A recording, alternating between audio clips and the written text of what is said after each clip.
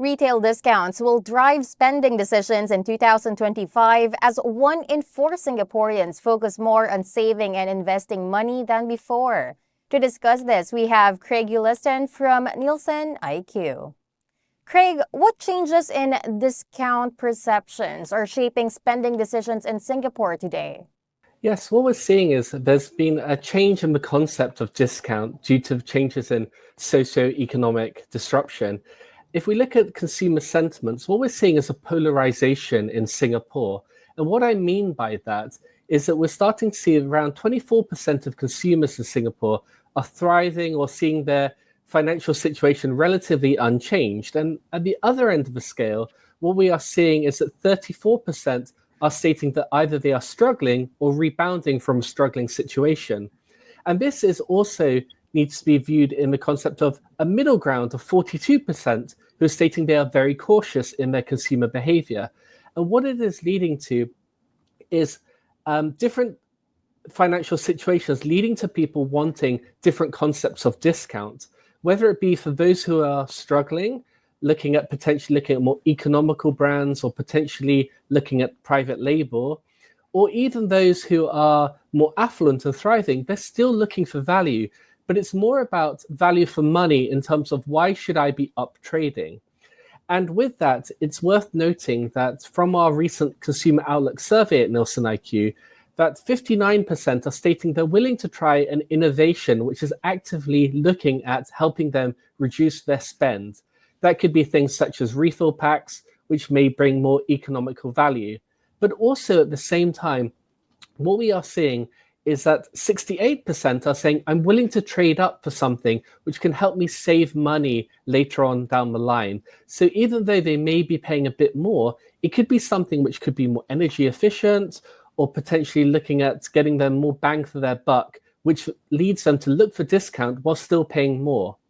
And I think the last thing I would add is that even when we look at the retail landscape, if you look at the biggest discounter in the world right now, which is Temu, actually they are changing the way that people are perceiving the concept of discount, because their whole belief is that you should shop like a billionaire.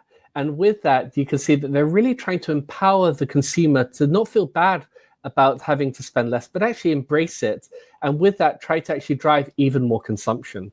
So given this, how are Singaporean companies innovating to meet the demand for such options?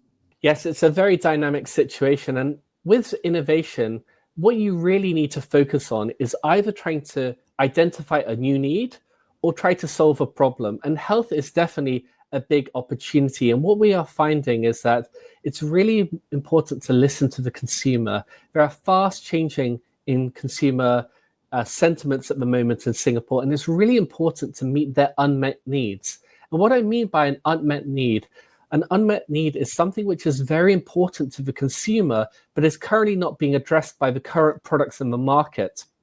And from NielsenIQ's recent study, what we're finding is that within Singapore, there's definitely a drive towards consumers wanting products which are low calories, low fat, or high protein or high benefits.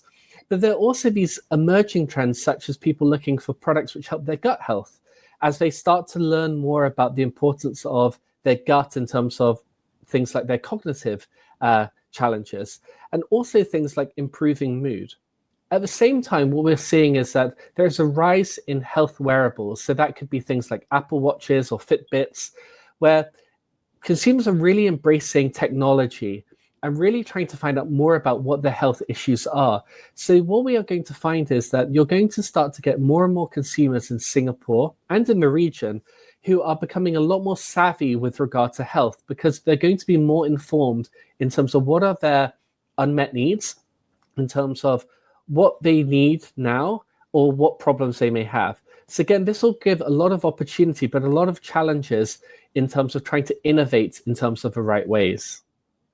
In relation to that, Craig, can you give us some pointers? How can brands appeal to intentional Singaporean consumers? Yes, I think that with regard to Singapore consumers, they are becoming more intentional and that they are becoming more aware of what's important to them in their life. And whilst price increases are a big challenge, obviously we're starting to see that slow down. And with that, what we expect is that there'll be even more focus on a concept of healthy me and healthy planet. So if I start with healthy me, that's again building on from the last point with regard to health becoming more important. And what we're finding is that actually in Singapore, consumers are starting to say that their health needs are evolving. Actually, what we find is that their top health concern is actually sleep. The second one is with regard to work-life balance. And the third most important health need is with regard to mental health. So what we do believe is there's a big opportunity for companies to really look at ways to address these kind of intentional areas with regard to their health, because a lot of them are unmet. And at the same time, what we're seeing is a rise in terms of consumers in Singapore being more wary about that healthy planet. So sustainability. And when we actually survey consumers in Singapore, they actually want products which can help them reduce their plastic consumption. So 64% say they're actively looking for products which are looking to reduce their plastic consumption. At the same time, they're expecting companies to be more transparent in terms of the product's life cycle and also in terms of what they are doing to reduce their waste.